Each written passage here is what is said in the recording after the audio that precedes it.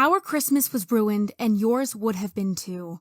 Imagine you and your husband had made 2 cute snowmen outside your house and woke up the next morning to find a 3rd snowman sticking a large knife into your husband's snowman's chest. Well, when that happened to us, I knew instantly that he was back. You see, many years ago, when I was a teenager, my stepbrother moved in with us and told me, "Check out this news article. Isn't it rad?" The title said, "Step siblings get married and have 3 kids." I cringed so hard and screamed, "What's wrong with you, you creep?"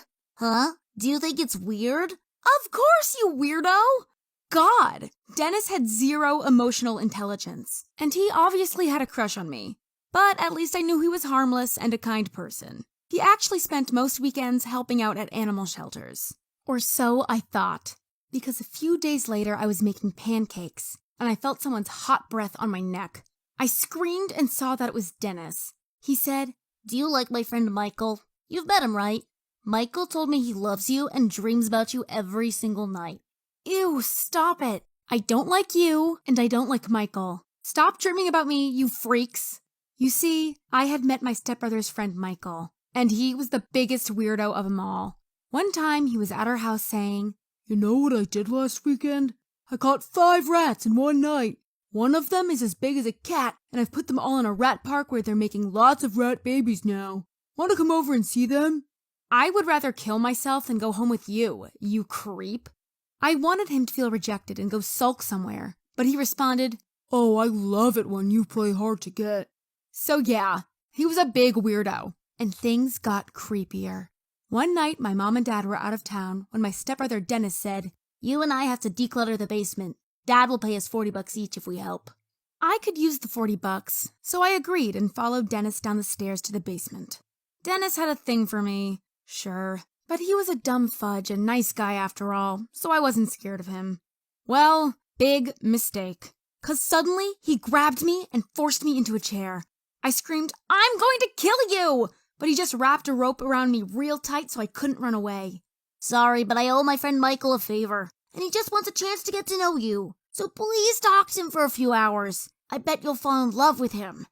I spit right in his face, but he just left and then Michael came in.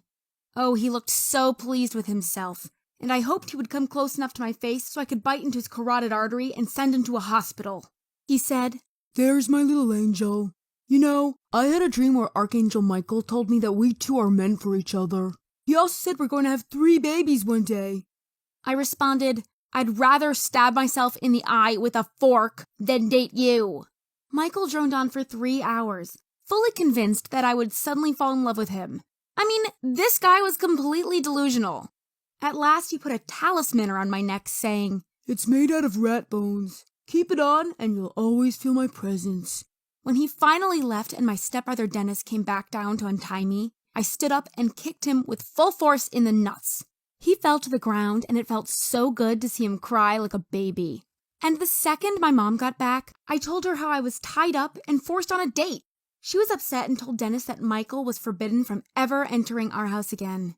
I thought this would stop Michael and his craziness, but one day I received a cheesy love letter from him. On it was a drawing of me and him kissing, and there was also a strand of hair attached to it. My hair! Michael must have climbed in through my window at night and chopped bits of my hair off, like a stalker. I was petrified and decided to Google stalkers. God, I read a bunch of stories that were super graphic, and it turned me into a ball of paranoia. Stalkers like Michael are selfish and get a kick out of hurting their victims, and they are willing to do anything to get them. So for the next few months, I only left the house to go to school.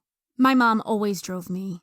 But then we went on vacation and got this stunning villa next to a lake, far away from Michael. I felt so safe, but one morning as I opened the front door, I found a photo of me on the floor. A photo of me taking a shower next to the lake.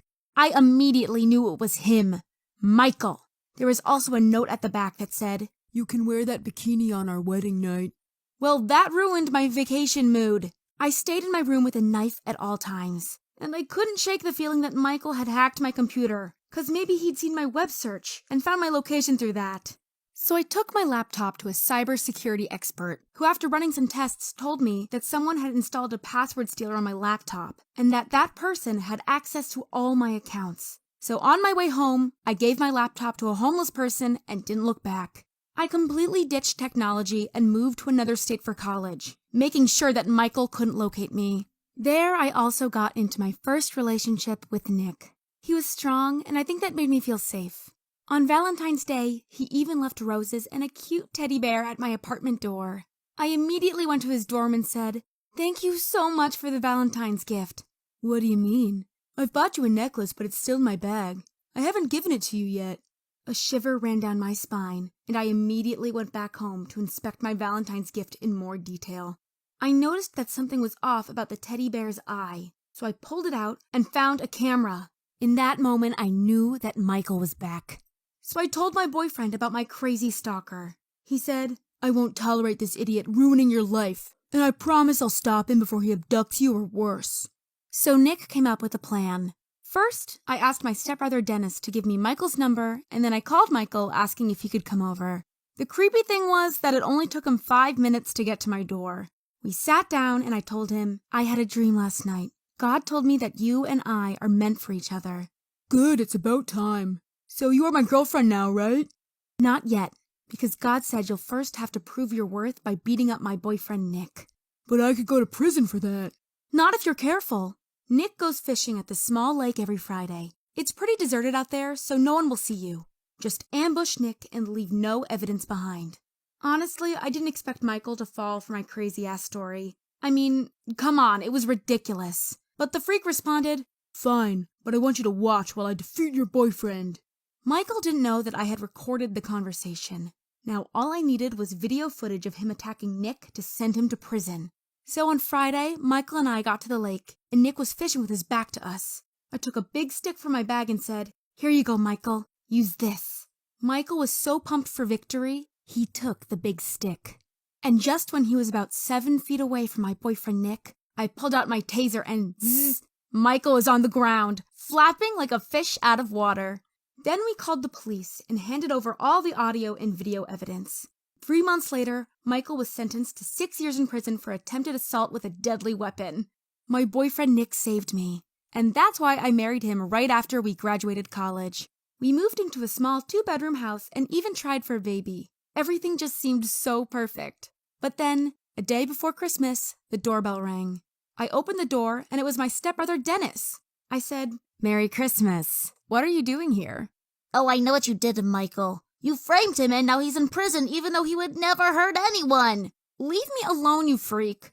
I tried to close the door, but Dennis put his foot in between. He said, "Michael hasn't forgotten you. You better go visit him in prison and apologize." I had enough and took my boyfriend's golf club and swung it right at him. He finally ran off, and I didn't tell my boyfriend about the incident because I didn't want to ruin his Christmas. You see, Nick and I had a Christmas Eve tradition. Every year we would build a snowman and snowwoman couple in our front yard, then got twigs to make it look like they were holding hands, and made smiley faces using Skittles and licorice. It was an expression of our love. But 4 years later, I woke up on Christmas morning and saw a third snowman.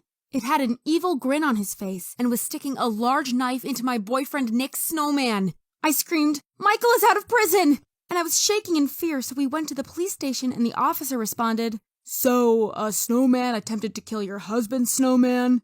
That doofus couldn't stop laughing and refused to help us. When we got home, Nick said, "I'll get rid of Michael once and for all. I have a degree in chemistry. I'll just poison Michael. That's child's play for me." So we put our plan in motion. I was the bait, and I'd go for a jog every afternoon to give Michael an opportunity to stalk and follow me. Then Nick spotted a white Prius trailing me, so we followed the Prius after my jog was over. It went to a shabby little house in a dirty neighborhood. Nick checked the mailbox, and the bills had Michael's name on them. So the next day, Nick put a fake advertisement from a supermarket chain in Michael's mailbox that we had created ourselves. It had a small praline in gold foil attached to it, and we hoped that Michael would eat it, and you know what? A week later, we started driving past his house every night. Interestingly, the light was always on throughout the whole night and whole day, but no one ever came out. So one night, my boyfriend decided to go to the house and look through a window to see if Michael was there. When he came back, he said, "Michael is laying on the ground, not moving." So the poison had worked. We were quiet on the ride home, and I was so nervous. But then I said, "Screw it. No one will find out it was us. Let's go celebrate." We had a nice dinner with champagne and truffles. But, to be honest, I was never able to shake off that slight nervousness I got from murdering Michael. It might stay with me forever.